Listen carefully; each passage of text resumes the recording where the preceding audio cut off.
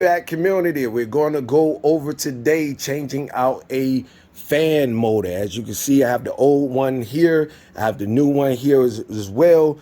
Tools that you're going to need: I like to use my socket. This is a 10 millimeter for the bolts that's right here. For the blower wheel, to remove that off the shaft right there, I like to use a small pair of channel locks. I don't like to get my hands messed up and get cut up and scratched up. You can wear a nice pair of gloves to prevent that. This is the new one right here. This one use a capacitor. The old one, not so much. Don't use a capacitor. This new capacitor right here, 5 microfarads. Also, you always want to check to make sure that the fan motor is bad. This one is bad because how I know, for your newbies out here, this is 120.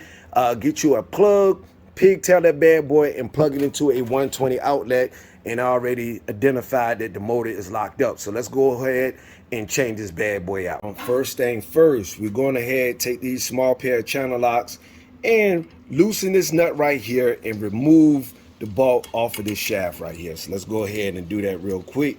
You don't have to remove the whole bolt, but just move it out real quick and take that bad boy out. So let's do such.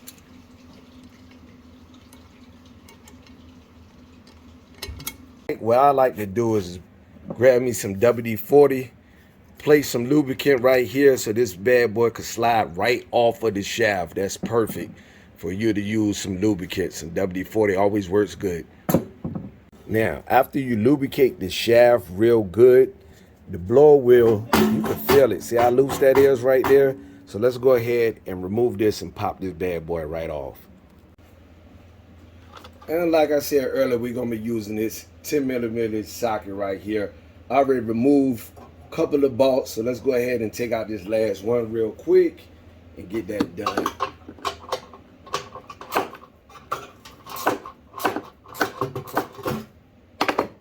Back, got that bolt out, good to go.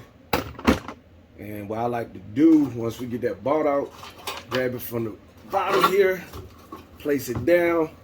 Earlier we already took out the nut right here. Ooh, perfect. That's why I like to see it just slid right off.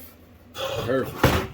So this is the old one right here. We're going to utilize all this stuff, and we're going to grab this new one and put this new one up into that bad boy. Now, what I like to do, a lot of you guys might like to do different.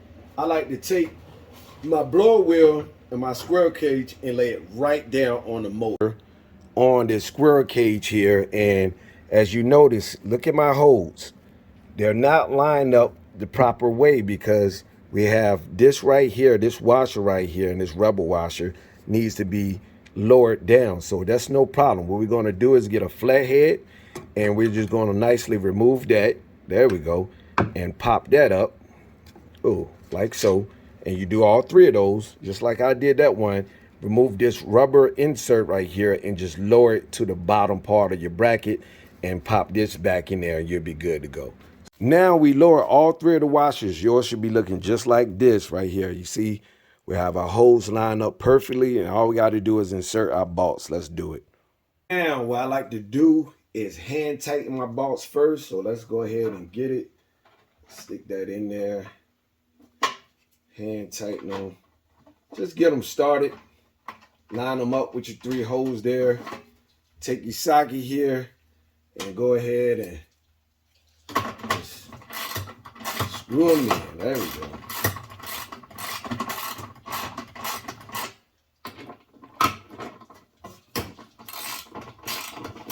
Done tightening them down, it should look just like this. All of them should be flat, nice and snug. Not too much torque on them, but you're just going to be good to go, just like that. Now, the new motor use a 5 microfarad capacitor, and we're going to be mounting it right here as such. So let's get that mounted on there. Now that we got the capacitor mounted, make sure you attach your ground wire as well. The only thing we're going to need off of here are these 2 brown wires. They're going to go to our capacitor as well. Let's do it.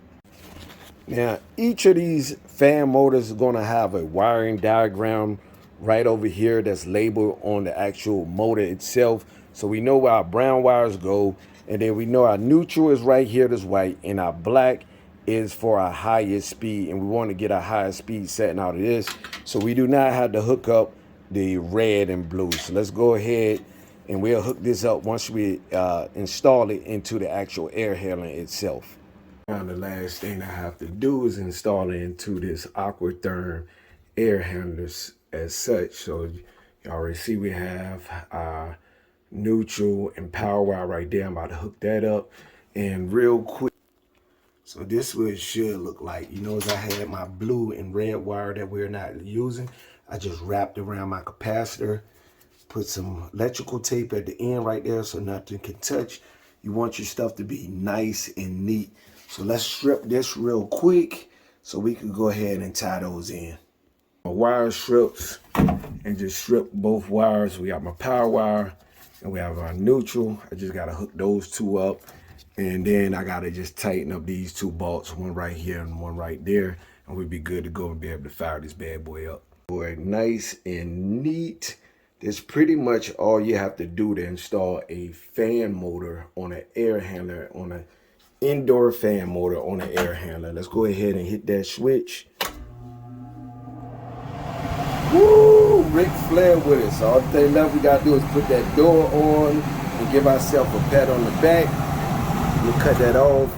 But as you like more tips and installs like this, please subscribe. And always, let's put one foot forward. Let's be the best technician for tomorrow, ladies and gentlemen. Let's go do